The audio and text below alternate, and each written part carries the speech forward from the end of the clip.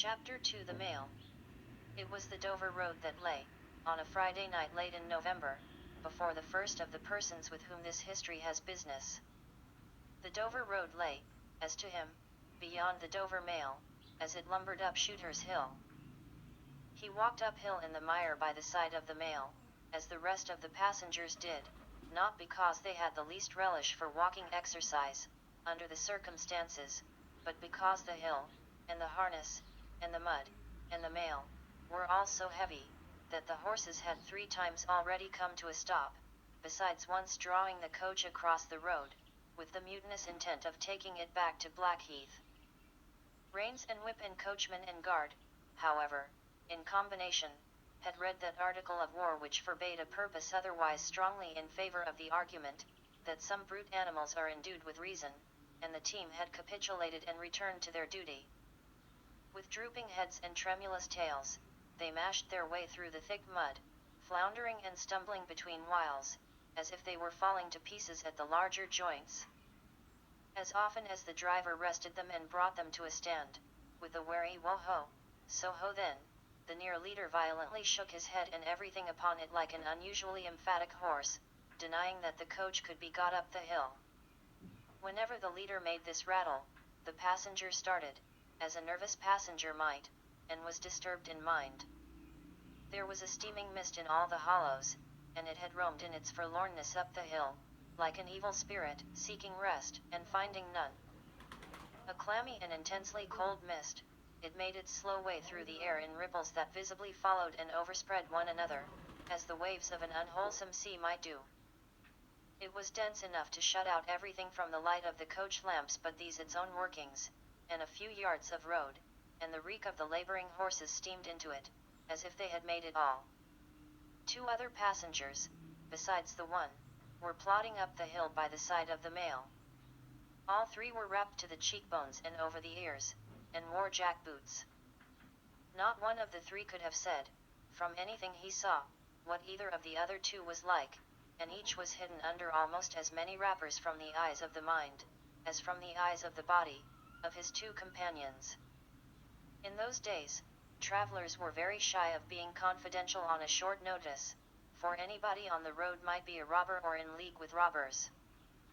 As to the latter, when every posting-house and alehouse could produce somebody in the captain's pay, ranging from the landlord to the lowest stable nondescript, it was the likeliest thing upon the cards. So the guard of the Dover Mail thought to himself, that Friday night in November, 1775, lumbering up Shooter's Hill, as he stood on his own particular perch behind the mail, beating his feet, and keeping an eye and a hand on the arm-chest before him, where a loaded blunderbuss lay at the top of 6 or 8 loaded horse pistols, deposited on a substratum of cutlass. The Dover Mail was in its usual genial position that the guard suspected the passengers suspected one another and the guard, they all suspected everybody else, and the coachman was sure of nothing but the horses, as to which cattle he could with a clear conscience have taken his oath on the 2 testaments that they were not fit for the journey. "Wo-ho," said the coachman. "So, then. One more pull and you're at the top and be damned to you, for I have had trouble enough to get you to it, Joe." "Hello," the guard replied. "What o'clock do you make it, Joe?" 10 minutes, good, past 11. "My blood," ejaculated the vexed coachman, "and not atop of Shooters yet. Tst. Ya. Get on with you." The emphatic horse, cut short by the whip in a most decided negative, made a decided scramble for it, and the 3 other horses followed suit. Once more, the Dover Mail struggled on, with the jack-boots of its passengers squashing along by its side. They had stopped when the coach stopped, and they kept close company with it. If any one of the 3 had had the hardihood to propose to another to walk on a little ahead into the mist and darkness, he would have put himself in a fair way of getting shot instantly as a highwayman. The last burst carried the mail to the summit of the hill. The horses stopped to breathe again, and the guard got down to skid the wheel for the descent, and open the coach door to let the passengers in. "Tst. Joe," cried the coachman in a warning voice, looking down from his box. What do you say, Tom? They both listened. I say a horse at a canter coming up, Joe. I say a horse at a gallop, Tom, returned the guard, leaving his hold of the door, and mounting nimbly to his place. Gentlemen, in the king's name, all of you. With this hurried adjuration, he cocked his blunderbuss, and stood on the offensive. The passenger booked by this history was on the coach step, getting in. The two other passengers were close behind him, and about to follow. He remained on the step, half in the coach and half out of. They remained in the road below him.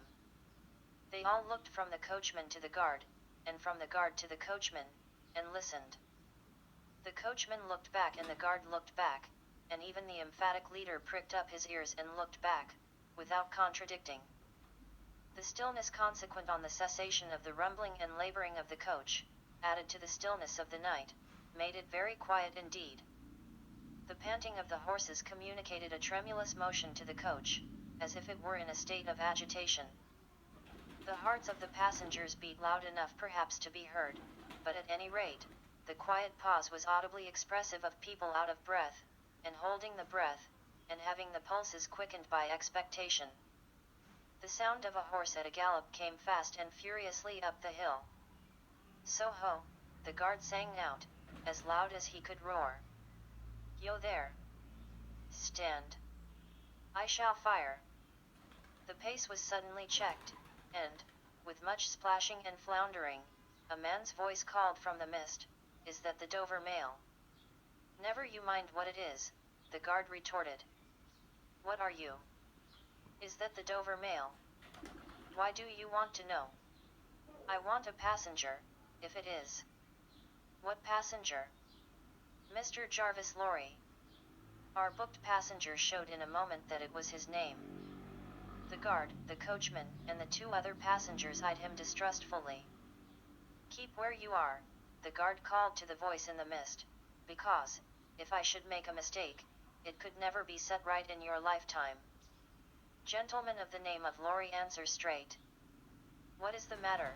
Asked the passenger, then, with mildly quavering speech.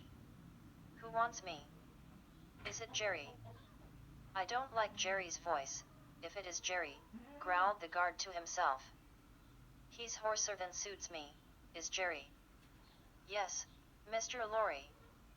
What is the matter? A dispatch sent after you from over yonder. T & Co.